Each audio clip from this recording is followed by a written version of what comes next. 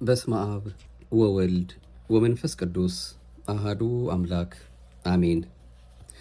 ቅዱስ ጳውሎስ በዕብራውያን መልእክቱ ስለ ምዕመናንና በሃይማኖት ስለደረሰባቸው መከራ በሰፊው ጽፏል። ይህን ክፍል ገድለ ቅዱሳን ይሉታል ሊቃውንት። መልእክቱን ለመደምደም የተወሰነ ሲቀረው በሃይማኖት የነበሩ ሰዎችንና በሃይማኖታቸው የከፈሉትን መስዋዕትነት፣ የደረሰባቸውን መከራ፣ ስደትና እንግልት፣ መራብ፣ መጠማት፣ መታረዝና መራቆት፣ ጉስቁልናና ውርደት፣ ለተራቡ አንበሶች መሰጠት በዝርዝር አስረድቷል። 11ኛው ምዕራፍ ሙሉን የሚነግረንም ይህን ነው። ዕብራውያን ምዕራፍ 11 በሙሉ ማለት ነው። ለዛሬም እንደሱ እንደ አምላካችን ፈቃድ በዚህ መልኩ መነሻነት ወደ እናንተ ይህን መልእክት ካደረሰን በሃይማኖት ምስክሮች ሆኑ በሚል ርዕስ በተለይም ሐምሌ 19 ቀን በታላቅ ክብር የምናስበውን ሕፃኑ ቅዱስ ቂርቆስንና እናቱ ቅድስት ኢየሉጣን አምላካችን መድኃኒታችን ኢየሱስ ክርስቶስ ቸርነቱ በዝቶ ሊቀ መላእክት ቅዱስ ገብርኤል ልኮ ከዚያ ከሚፈላው ውሃ ያዳነበትን ታላቅ መታሰቢያ በዓል እናስባለንና ይህንኑ በመንተራስ አምላካችን የፈቀደውን በሃይማኖት ምስክርነት እንዴት እንደሚሰጥም ዘርዘር አድርገን ካየን በኋላ በዓሉን ጠቆም አድርገን ነው የዛሬውን መርሃ ግብራችንን ትኩረት ሰጥተን የምንነጋገርበት። ለዚህ ሰዓትና ደቂቃ እንድንደርስ ፈቃዱ ይሆነልን የሁላችን ጌታ፣ የሁላችን ሕይወት፣ የሁላችን መድኃኒት፣ የሁላችን አስገኝ ቸሩ መድኃኔዓለም የቅዱሳን አምላክ ክብርና ምስጋና ለገናና ስሙ ይሁንልን። የጻድቃን እመቤት፣ የሰማዕታት እናት፣ የቅዱሳን አክሊል፣ የሐዋርያት ሞገስ፣ የመላእክት እህት፣ ርርተ ሕሊና ርርተ ልቦና፣ ንጽሕተ ንጹሐን ቅድስተ ቅዱሳን የመስቀል ላይ አደራ እናታችንም አንዳችም ነውር የሌለባት እሷም አዛኝት እናታችን ንጽሕት ቅድስት ድንግል ማርያምም ልመናዋ፣ ጸሎቷ፣ ቃል ኪዳኗ ሁልጊዜም ከኛ ጋር አለና ስሟ የከበረ የተመሰገነ ይሁንልን። ምክንያተ ድኅን እንድትሆነን ከሱ ከአምላካችን የተሰጠችን ሀብታችን ጸጋችን ናትና የቅዱሳን አምላክ እሱን ጠርተው እሱን ተማጽነው እሱን ፈልገው ስለ ስሙ ሲሉ መከራ የተቀበሉ የተለያዩ እሱ አምላካችን ለኛ በቃል ኪዳናቸው እንድንታምን የሰጠን ደጋጎቹ ቅዱሳን በምን መልኩ ነው በሃይማኖት ምስክሮች የሆኑት የሚለውን ቀድመን እናይና ከዛ ወደ ዝርዝር ጉዳዩ ወደ በዓሉ ምንነት እንሄዳለን ማለት ነው። አሁንም እንኳንም ለሐምሌ ቅዱስ ገብርኤል በዓል መታሰቢያ በሰላም በጤና ጠብቆ አደረሰን። ሰማዕተ ኮኑ በሃይማኖት ምስክሮች ሆኑ። በደረሰባቸው መከራ ተስፋ ቆርጠው ከፈጣሪያቸው ተለይተው መከራቸው ዋጋ አልባ ሆኖ እንዳይቀር የተደረገላቸውን ተአምራት፣ የተሰጣቸውን ክብርና ድል መንሳት ለዛሬ በሰፊው የምናየው ይሆናል። ቅዱስ ጳውሎስ በዚህ ክፍል ማለትም በዕብራውያን ምዕራፍ 11 ሁሉም በሃይማኖት ሰማዕት ሆኑ የሚላቸው ሰዎች በዘመነ አበውና በዘመነ ነቢያት የነበሩትን ጻድቃነ ብሊትና ሰማዕታተ ብሊት ሲሆን በተጨማሪ የሐዲስ ኪዳን ሰማዕታትንም አጠቃሎ ነው። ሁሉም ሲል በብሉይም በሐዲስም ያሉትን ሰማዕታት ማለቱ ነው።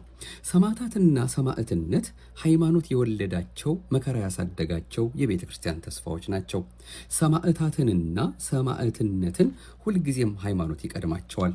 ያለ ሃይማኖት ሰማዕታትና ሰማዕትነት የሉም። ሰማዕታትና ሰማዕትነት የሃይማኖት ውጤቶች ናቸው። ሰማዕታትና ሰማዕትነት በዘመነ ሕገ ልቦና በዘመነ ብሉይ የነበሩ ሰማዕታት አብነታቸው በሕገ ልቦና ሳይበድል የተበደለ ሳይገል የሞተ እነ እስጢፋኖስ የሚወገሩበትን ድንጋይ መጀመሪያ የተቀበለ አቤል ነው። አቤል ሃይማኖተኛና ንጹሕ ሰው ነበረ። ንጹሕ መስዋዕትም ለፈጣሪው በማቅረቡ ምክንያት በቃየል እጅ በድንጋይ ተደብድቦ በሃይማኖት ሰማዕት ሆነ። ሕግ ሳይሰራ ሰማዕትነትን ተቀብሎ ሕግ ከተሰራ በኋላ ለነበሩ ሰማዕታት አርአያ ሆነ። ኦሪት ዘፍጥረት ምዕራፍ 4 ከቁጥር 1። በዚህም ደግነቱ ተመሰከረለት። እርሱ ለእግዚአብሔር መሰከረ፣ እግዚአብሔርም ለእርሱ መሰከረለት። አቤል ከቃየል ይልቅ የሚበልጥን መስዋዕት ለእግዚአብሔር በእምነት አቀረበ። በዚህም እግዚአብሔር ስለ ስጦታው ሲመሰክር እርሱ ጻድቅ እንደሆነ ተመሰከረለት። ሞቶም ሳለ በመስዋዕቱ እስካሁን ይናገራል በማለት ዕብራውያን ምዕራፍ 11 ቁጥር 4።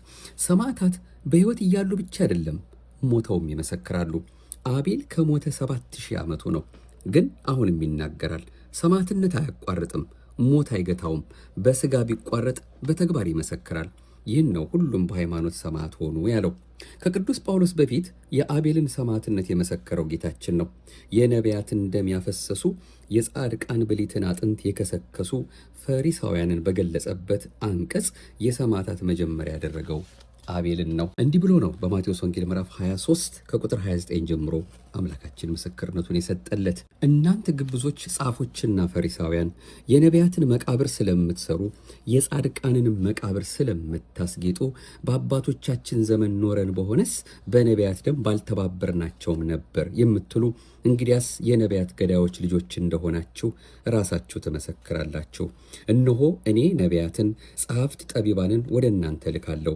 ከእነርሱ ትገድላላችሁ፣ ትሰቅላላችሁ፣ ከእነርሱም በምኩራባቸው ትገርፋላችሁ፣ ወደ ከተማም ታሳድዳላችሁ።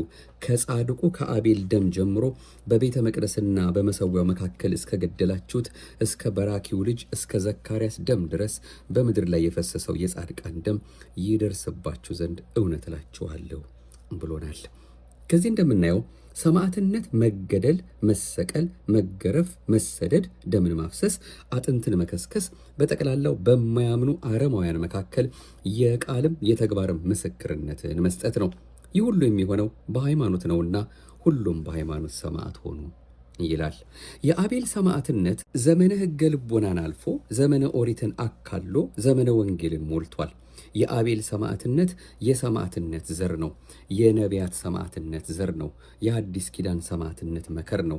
በአቤል የተጀመረው ሰማዕትነት በነቢያት የተከናወነው ግፍና መከራ የክብር አክሊል ያሰጠው በአዲስ ኪዳን ነው።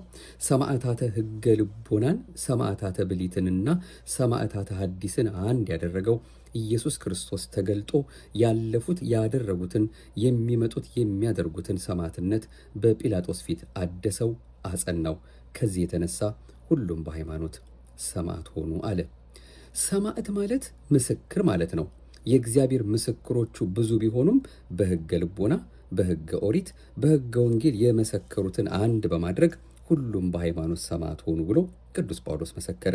እግዚአብሔር ራሱን ለፍጥረታት የሚገልጡ ግዑዛንና ሕያዋን ምስክሮች አሉት። ግዑዛን በደመ ነፍስ የሚኖሩ የማይናገሩ በዝምታ ሀልወተ እግዚአብሔርን ያለማቋረጥ ያለ ድካም የሚናገሩ የሚያስተምሩ ፍጥረታት ሲሆኑ በነቢብና በግብር የሚመሰክሩ ደግሞ ሌሎች ሕያዋን ፍጥረታት የሰው ልጆች ናቸው። እነዚህ በአሕዛብ መካከል ስሙን ጠርተውና ግብሩን ገልጠው የሚመሰክሩ የአላውያን ነገሥታትና መኳንንት ግርማ ያላስፈራቸው ናቸው። ከዚህ ሁሉ ጋራም መልካም ሥራ እየሠራ ከሰማይ ዝናብን ፍሬም የሚሆንበትን ወራት ሲሰጠን ልባችንንም በመብልና በደስታ ሲሞላው ራሱን ያለ ምስክር አልተወም። የሐዋርያት ሥራ ምዕራፍ 14 ቁጥር 17። ሰማዕታትና ሰማዕትነት በሕገ ኦሪት በሕገ ኦሪት የነበሩ ሰማዕታት ሰማዕታተ ብሊት ወይም የብሉይ ኪዳን ሰማዕታት በመባል ይጠራሉ። በብሉይ ሰማዕትነትን የተቀበሉ ሰዎች ጥቂቶች አይደሉም። በብሉይ ኪዳን ኢየሩሳሌም በነቢያት ደም ታጥባለች። ደማቸው እንደ ውሃ ፈሷል። ይህም የተፈጸመው በአሕዛብ ነበር። አቤቱ አሕዛብ ወደ ርስትህ ገቡ፣ የቅድስናህን መቅደስ አረከሱ፣ የባሪያዎችህንም በድኖች ለሰማይ ወፎች መብል አደረጉ። የጻድቃንህንም ሥጋ ለምድር አራዊት፣ ደማቸውን በኢየሩሳሌም ዙሪያ እንደ ውሃ ፈሰሱ፣ የሚቀብራቸውም አጡ እንዳለ ልበ አምላክ ዳዊት መዝሙር 78። እዚህ ላይ በግልጥ የተቀመጠው በብሉይ ኪዳን የነበሩ የእግዚአብሔር አገልጋዮች የደረሰባቸውን መከራ ያሳያል። መከራውም ምን ያህል መራራ እንደነበር ያመለክታል። ሰማዕትነት ረጅም ዕድሜ ከእግዚአብሔር ሰዎች ጋር የኖረ መሆኑንም ያረጋግጣል። የፈሰሰውን የባሪያዎችን ደም በቀል አሕዛብ በፊታችን ይወቁ፣ የእስረኞችም ጩኸት ወደፊትህ ይግባ ብሎ መዝሙር 78 ቁጥር 10 ላይም እንደተናገረ እነዚህን ሁሉ ነው ሁሉም በሃይማኖት ሰማዕት ሆኑ የሚለው ቅዱስ ጳውሎስ። ስለ አንተ ሁልጊዜ ተገለናል፣ እንደሚታረዱ በጎች ሆነናልም ብሏል ሮሜ ምዕራፍ 8። በብሉይ ኪዳን የነበሩ ሰማዕታት እንዲህ መከራው ጸንቶባቸው ነበር። ሰማዕትነት ከዘመነ ሕገ ልቦና ወደ ዘመነ ኦሪት ሲሸጋገር ይዘቱና መጠኑ እየሰፋ እየበዛ ነው ሄደው። ሃይማኖተኞች ሲበዙ፣ ከሃዲያንም ሲበዙ ሰማዕትነት ይበዛል። ይህን መከራቸውን ሐዋርያው ቅዱስ ጳውሎስ እንዲህ ብሎ ጽፎታል። ጽድቅን አደረጉ፣ ተስፋቸውን አገኙ፣ የአንበሶችን አፍ ዘጉ። ዕብራውያን 11 ቁጥር 33። እነ ዳንኤል በሰማዕትነት ዘመናቸው ያደረጉት ነው። የእሳትን ኃይል አጠፉ፣ ከሰይፍ ስለታመለጡ ሰለስቱ ደቂቅ። እንዲሁም ትንቢተ ዳንኤል ምዕራፍ 3 ቁጥር 27 ትንቢተ ዳንኤል ምዕራፍ 6 ቁጥር 22። በመከራቸው በረቱ። በብሉይ ኪዳን የነበሩ ሰማዕታት ይህን ያህል መከራ ለመቀበል የተዘጋጁ፣ መከራን በጥብዓት የተቀበሉ፣ ከአላውያን ጋር የታገሉ፣ አንዳንዱ በእሳት የተቀጡ፣ ሌሎች በስለት የተቆረጡ ነበሩ። እነዚህ ሁሉ በሃይማኖት ሰማዕት ሆኑ። ይሙት በቃ ተፈርዶባቸው የሞቱ ነበሩ። የተሻለ ሕይወትን ይወርሱ ዘንድ የገረፏቸው አሉ። የዘበቱባቸው አስረው ያጋዟቸው፣ በመጋዝ ተርትረው የገደሏቸውም አሉ። በድንጋይ ወግረው የገደሏቸው፣ በሰይፍ ስለትም የገደሏቸው አሉ። ዕብራውያን ምዕራፍ 11 ቁጥር 35። እንግዲህ ከዚህ እንደምናየው ሰማዕታት ያልተቀበሉት የመከራ አይነት የለም ማለት ነው። የብሉይ ኪዳን ሰማዕታት በአንበሶች ጉድጓድ የተጣሉ እነ ዳንኤል፣ በነደደ እሳት ውስጥ የተጨመሩ አናንያ፣ አዛርያና ሚሳኤል የዘመኑ ሰማዕታት ነበሩ። ፈጣሪያችንን አንክድም፣ ለጣዖት አንሰግድም በማለት በሃይማኖት ጸንተው በናቡከደነጾር ፊት ያላቸውን ቁርጥ ሐሳብ ገልጠው ንጉሠ ወቅ አንተ ላቆምከው ለወርቅ ምስል አንሰግድም፣ አንተንም እኛንም የፈጠረ አምላክ አለ፣ እርሱ ከሚነደው እሳት ያድነናል ብለው ነው። ትንቢተ ዳንኤል ምዕራፍ 3። እነ ኢሳይያስ በመጋዝ ተሰንጥቀዋል። እነ ኤርምያስ በድንጋይ ተወግረዋል። በጠቅላላ የብሉይ ኪዳን ሰማዕታት መከራው ጸንቶባቸዋል። መከራው እጥፍ ድርብ ነበር። መከራ ተቀብለው የአምላክን መኖር ለማሳወቅ መስክረው ወደ ሲኦል መውረድ አልቀረላቸውም ነበር።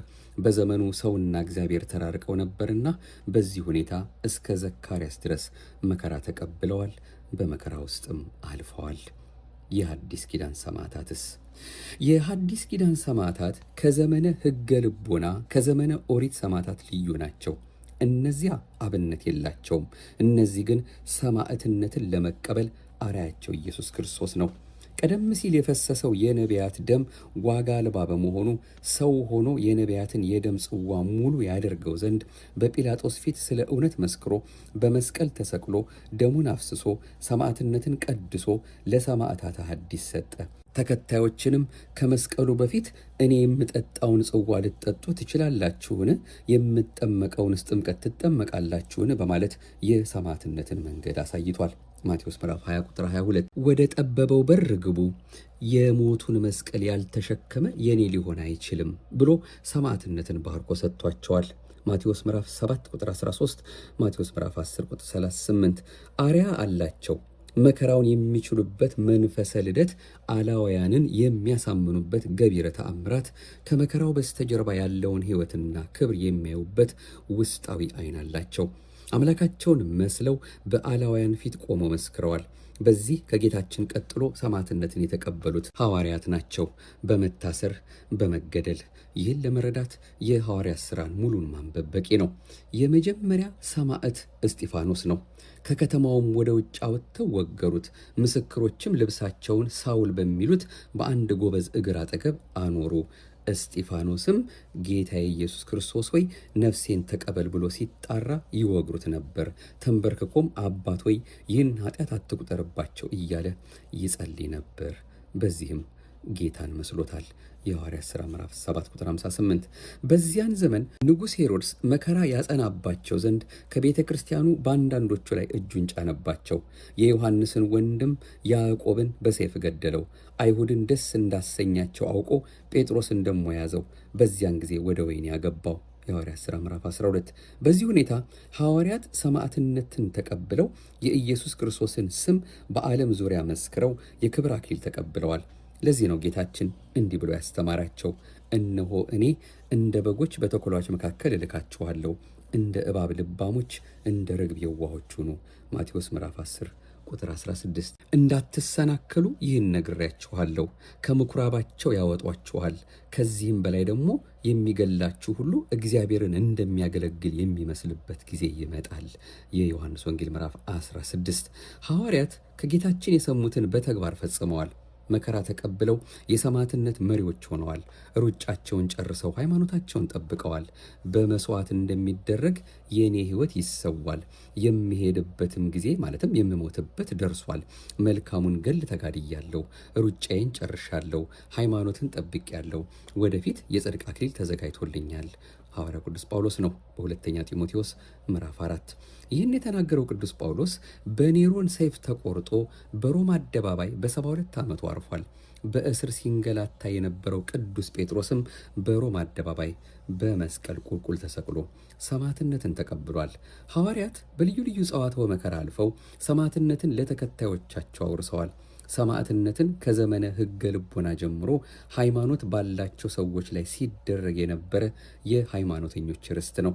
ሰማዕትነት የሰማዕታት መናኸሪያ መገናኛ አደባባይ ነው። ሰማዕትነት የሃይማኖት ማጠንከሪያ ነው። ሰማዕትነትን የፈለጉ ሁሉ አያገኙትም፣ የታደሉት እንጂ።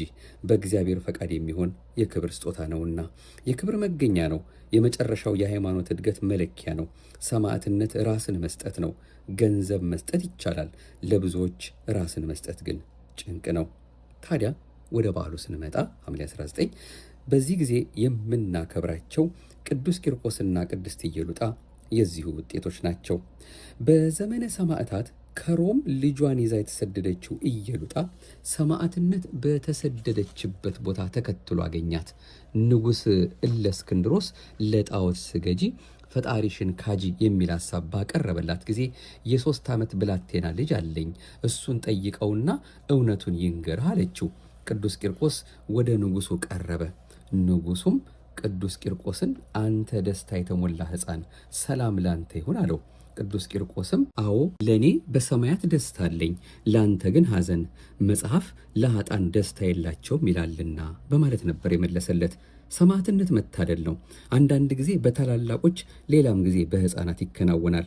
ንጉሡ በዚህ በመናደዱ በፍል ውሃ ሊጠብሳቸው በብረት ጋን ውስጥ ሊጨምራቸው ወደደ።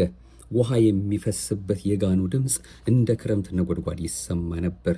ኢየሉጣ ይህን ባየች ጊዜ ልቦናዋ ታወከ። በዚህ ጊዜ ነበረ የ3 ዓመቱ ሕፃን እናቱን እንዲህ ብሎ ያጽናናት። የ3 ዓመት የሆነው ሕፃን በመኮንኑ ፊት መሪ ሆናት። ቀኝ እጇን ያዘ፣ ወደ እሳቱ አቀረባት። እናቴ ጨክኚ፣ የአምላካችን ገጸ ምሕረትን እናይ ዘንድ ገድላችንንና ምስክርነታችንን እንፈጽም፣ ከእንግዲህ ሁለተኛ ፍርድ አያገኘንም አላት። ወደ ጋኑ ገብተው በነበረበት ሰዓት እግዚአብሔር መልአኩ ቅዱስ ገብርኤል ልኮ ፍልሃቱን አቀዘቀዘው፣ የእሳቱን ኃይል አጠፋላቸው፣ በሰላም አወጣቸው። እነርሱ በሃይማኖት የእሳትን ኃይል አጠፉ። ዕብራውያን ምዕራፍ 11 ቁጥር 34። አቤቱ ፈትነህናል፣ ብርንም እንደሚያነጥሩ አንጥረህናል። ወደ ወጥመድ አገባህን፣ በጀርባችን መከራን አኖርክ። በራሳችን ላይ ሰውን አስረገጥከን፣ በእሳትና በውሃ መካከል አልፈን ወደ ረፍት አወጣህን። መዝሙር 65 ቁጥር 11። ቅዱስ ቂርቆስ ፈጣሪውን እንዲጠየቀው ይህን ያህል ተጋደልኩ፣ ምን ትከፍለኝ ይሆን? በልብህ ያለውን እሰጥሃለሁ፣ በሰማዕታት ልብ ያለው መንግሥተ ሰማያት ነው። ቅዱስ ኤፍሬም ሰማዕታት የዚህን ዓለም ጣዕም በእውነት ናቁ፣ ስለ እግዚአብሔር ክብር ደማቸውን አፈሰሱ፣ ስለ መንግሥተ ሰማያትም መራራ ሞትን ታገሱ ብሎ በውዳሴ ማርያም እንደነገረን ሰማዕታትን ወደ ሰማዕትነት ለጠራ ለእግዚአብሔር ክብር ይሁን። ሰማዕታቱን ከእሳት ያወጣ ቅዱስ ገብርኤል ተራዳይነቱ አይለየን። የሰማዕታት የቅዱስ ቂርቆስና ኢየሉጣ በረከታቸው ይደርብን። አሜን። የመጀመሪያው ምንጫችን አሁን ከላይ ያደመጥነውን በግሩም መልኩ በተለይ ሰማዕታትን በሕገ ልቦና በሕገ ኦሪትና በሐዲስ ኪዳን በምን መልኩ አምላካችን እንዳጸናቸውና ለሰማዕትነት እንዳበቃቸው ከብዙ በጥቂቱ ከሙሉ በከፊሉ ያየን ሲሆን የበዓሉን ምንነት ይኸው ከላይ እንዳገለጽ ነው አጠር ባለ ሁኔታ አይተናል። ይህንን የሚያጠናክር እንዲሁ ደግሞ ሌላ ምንጭ ጠቅሰን ቀጣዩ መልእክት ደግሞ እናክል። ቅዱስ ቂርቆስ ሀገሩ ሮም አንጌቤን ነው። አባቱ ቆዝሞስ ይባላል። እናቱ ቅድስት ኢየሉጣ በትውልዷ ከአዝማደ ነገሥት ነች። ዲዮቅልጥያኖስ በነገሰ በ20 ዓመት በአባ ባጋጊዮስ ምክንያት አብያተ ጣዖታት ይከፈቱ፣ አብያተ ክርስቲያናት ይዘጉ ብሎ አወጀ በ303 ዓ.ም። በዚህ ጊዜ እኩሎቹ ተሰደዱ። ቅድስት ኢየሉጣም ልጇ የ3 ዓመት ሕፃን ነበርና ለእርሱ ብላ ወደ ኢቆኒዮን ሸሸች። መስፍነ ብሔሩ እለእስክንድሮስ ክርስቶስን ካጂ ለጣዖት ስገጂ አላት። ዓይን እያለው ለማያይ ጆሮ እያለው ለማይሰማ በቃልህ አዘህ በእጅህ ሰርተ ላቆምከው ምስል አልሰግድም አለች። አይሆንም ካልሽማ በሰይፍ ትቀጫለሽ ብሎ አስፈራራት። እስኪ ይህን ሕፃን ጠይቀው አለችው። አንተ ሕፃን አለው ቅዱስ ቂርቆስን፣ ወርቅ እሰጥሃለሁ፣ ለዚህ ጣዖት ስገድ አለው። መንፈስ ቅዱስ አድሮበታልና ራሳቸው ነፍሳቸውን እንኳ ማዳን ለማይችሉ እርኩሳን ጣዖታትህ አልሰግድም አለው። ተበሳጨ። በብረት ጋን ውሃ ፍልታችሁ ከዚያ ውስጥ አሏቸው አለ። ዝፍት ተይ ጨምረው አንድደው በብረት ጋን ውሃ ፈሉ። የውሃው ፍላት እንደ ክረምት ነጎድጓድ 42 ምዕራፍ ድረስ ይሰማ ነበር። ሊከቷቸው ሲወስዷቸው እየልጧ ልቧ ፈራ፣ በፍርሃት ታወከ። እሱ ግን ፍርሃቷን አርቅላት እያለ ቅዱስ ቂርቆስ ይጸልይላት፣ እሷንም ደግሞ ሁለተኛ ሞት አያገኘንምና እናቴ ሆይ በርቺ፣ ጨክኝ፣ በዚያውስ ላይ ደግሞ አናንያ አዛሪያ ሚሳኤልን ያዳነ እኛንስ ያድነ የለምን እያለ እያጽናናት ልብሷን እየጎተተ ከእሳቱ ቀረቡ። ከዚያ በኋላ እሷም ጨክና በፍጹም ልብ ሆነው ተያይዘው ከእሳቱ ከውሃው ገብተዋል። በዚህ ጊዜም ከአላውያን ነገስታት ከአላውያን መሳፍንት ገብተው የመሰከሩለት በስሙ መከራ የተቀበሉለት ጌታ ሊቀ መላእክት ቅዱስ ገብርኤል ልኮ በበትረ መስቀሉ እሳቱን አጥፍቶ የፈላውን ውሃ አቀዝቅዞ አውጥቷቸዋል። በወጡም ጊዜ ልብሳቸው ሳይሰበሰብ ሰውነታቸው ሳይሸበሸብ ቢያዩ ከአሕዛብ ብዙዎች አምነው አንገታቸውን ለስለት ስጋቸውን ለእሳት ሰጥተው በሰማዕትነት አርፈዋል። ቂርቆስ ኢየሉጣ ቅዱሳን ሰማዕት ከነፈረው ውሃ ዳኑ ከእሳት በገብርኤል በትር ያላንዳች ጉዳት። አዋቆች ነን ባዮች አንተን ቢክዱህ ለ3 ዓመት ሕፃን ምስጢርን ገልጸህ አምላክነትህን መሰከረልህ። እንዲህ ነው ልጅ ማለት ወደ ዓለም መድህን በርቺ እናቴ እያለ የሚመራ እናቱን እየተጓተቱ ገብተው ከእቶን ጎብኝተውት ወጡ የውሃውን ጋን። እምነት የሌለው ሰው ጌታውን የናቀ መነሳቱን እንጃ አንዴ ከወደቀ። ሃይማኖት ያለው ግን ተሸንፎ አይወድቅም፣ ጊንጡን ቢረግጥ እንኳ አንዳች አይጎዳውም። የማርቆስ ወንጌል ምዕራፍ 16 ቁጥር 15፣ ቆላሲስ ምዕራፍ 2 ቁጥር 7። ገብርኤል ኃያል መልአከ ሰላም መልአከ ብስራት የምታወጣ የእግዚአብሔርን ሕዝብ ከሚነድ እሳት ፍቅር ተስሏል በልባችን ፊት ቆመናል ባርከን ብለን። ፍቅር ተስሏል በልባችን ፊት ቆመናል ባርከን ብለን። የጽናታቸው ዝናው ሲሰማ ከዚያች ባቢሎን ከሞት ከተማ ሕፃናት ሳሉ በራ እምነታቸው ቆመ ተገኘ መካከላቸው። ሕፃናት ሳሉ በራ እምነታቸው ቆመ ተገኘ መካከላቸው። ገብርኤል ኃያል መልአከ ሰላም መልአከ ብስራት የምታወጣ የእግዚአብሔርን ሕዝብ ከሚነድ እሳት ፍቅር ተስሏል በልባችን ፊት ቆመናል ባርከን ብለን። ፍቅር ተስሏል በልባችን ፊት ቆመናል ባርከን ብለን።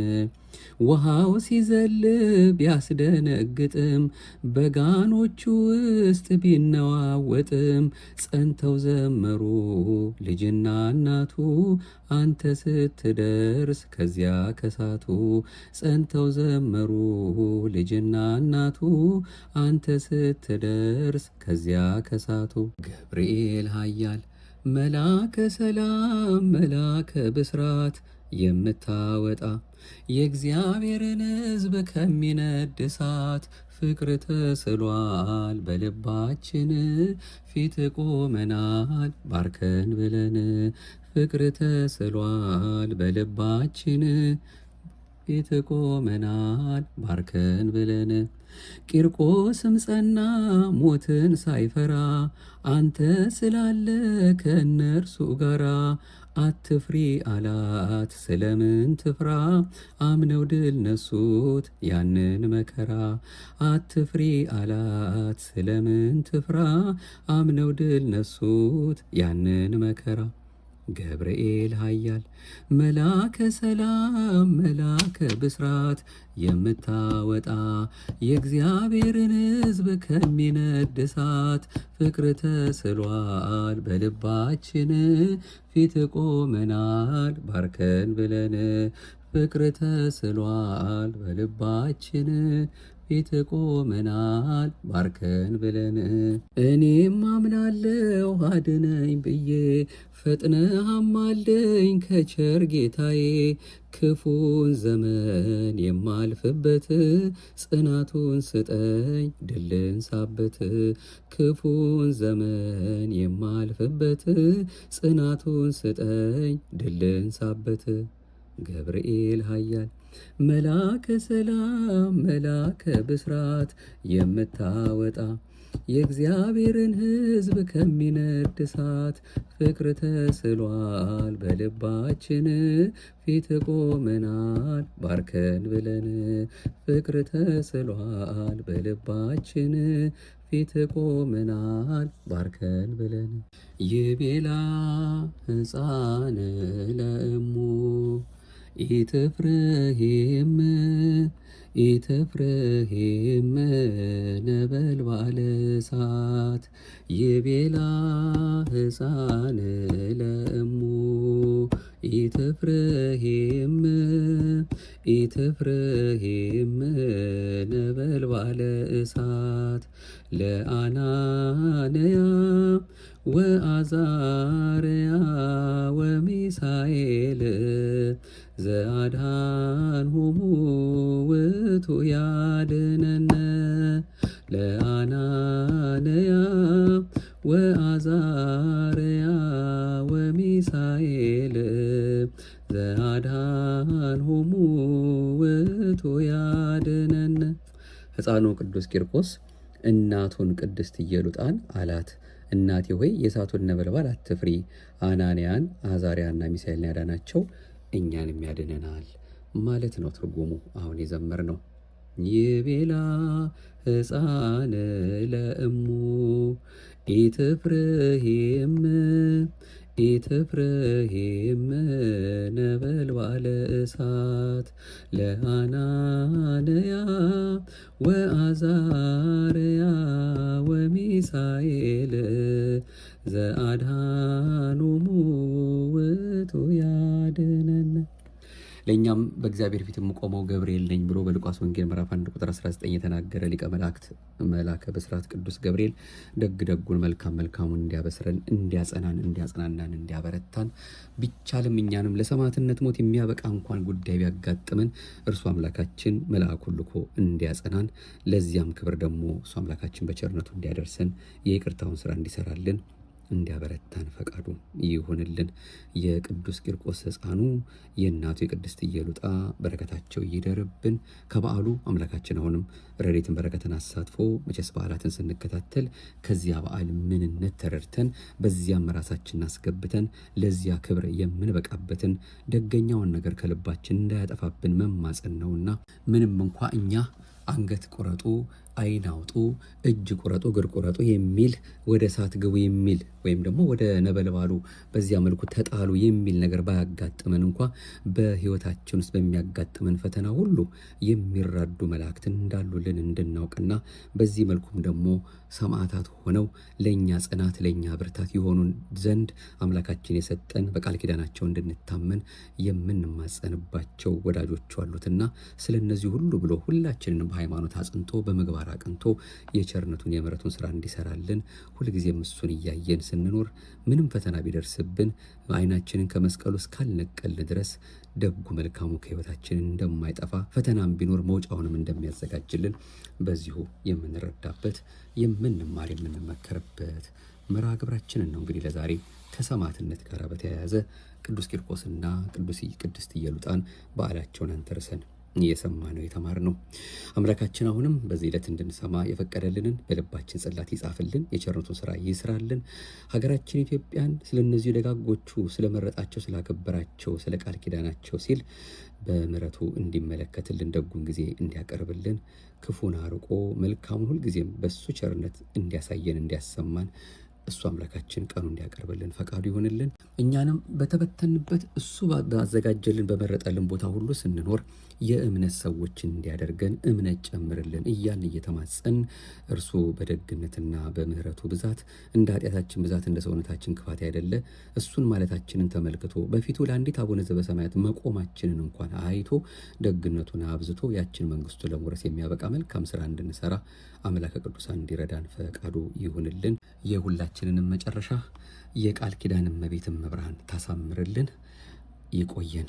ማህደረ ተዋህዶን ነበረ እንደ ኦርቶዶክሳዊት ተዋህዶ ቤተክርስቲያናችን እምነት ስርዓትና ትውፊት እያዘጋጀን ምንጭ እየጠቀስን ወደ እናንተ የምናደርሰውን መንፈሳዊ የዩቱብ አገልግሎታችንን ስናደምጥ የቆየ ነው።